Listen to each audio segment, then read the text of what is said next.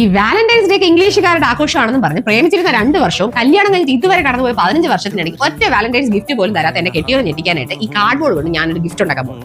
Hand made gift ആകുമ്പോൾ കുറച്ച് special ആയിരിക്കുമല്ലോ അല്ലേ? അപ്പോൾ എന്തായാലും ഞെട്ടോ ഇല്ലേ എന്നുള്ളത് നിങ്ങൾ വീഡിയോയുടെ എൻഡിൽ പറയണം കേട്ടോ. അപ്പോൾ നമുക്ക് ഈ കാർഡ്ബോർഡ് ഒരു റൗണ്ട് ഷേപ്പിൽ വെട്ടിയെടുക്കാം. അതിന് വേണ്ടിയിട്ട് കോമ്പസും കാര്യങ്ങളൊന്നും ഇല്ലാത്തതുകൊണ്ട് നമുക്ക് ഈ അടുക്കള പാത്രങ്ങൾ വരികയാണ്. അപ്പോൾ ഈ പ്ലേറ്റിന്റെ അളവിൽ നമുക്ക് വെട്ടിയെടുക്കാം.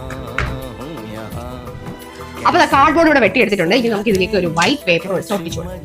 പേപ്പർ അല്പം ചെറുതായി പോയി, അല്ല കാർഡ്ബോർഡ് കുറച്ച് വലുതായി. കട്ട് ചെയ്ത് കൊടുത്തിട്ട് ബാക്കിലോട്ട് ഒട്ടിച്ചു കൊടുക്കാം.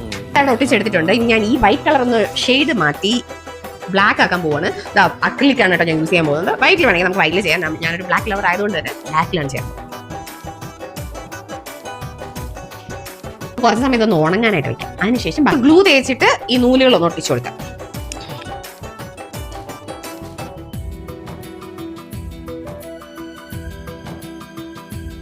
നൂലുകൾ ഇതുപോലെ ഒന്ന് ഒട്ടിച്ചെടുത്തിട്ടുണ്ട് കേട്ടോ.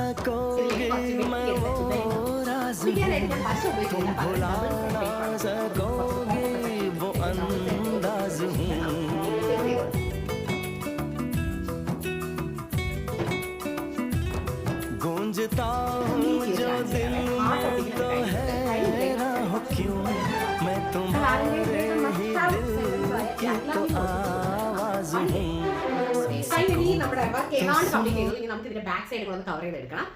എങ്ങനെയുണ്ട്? ഇഷ്ടമായോ?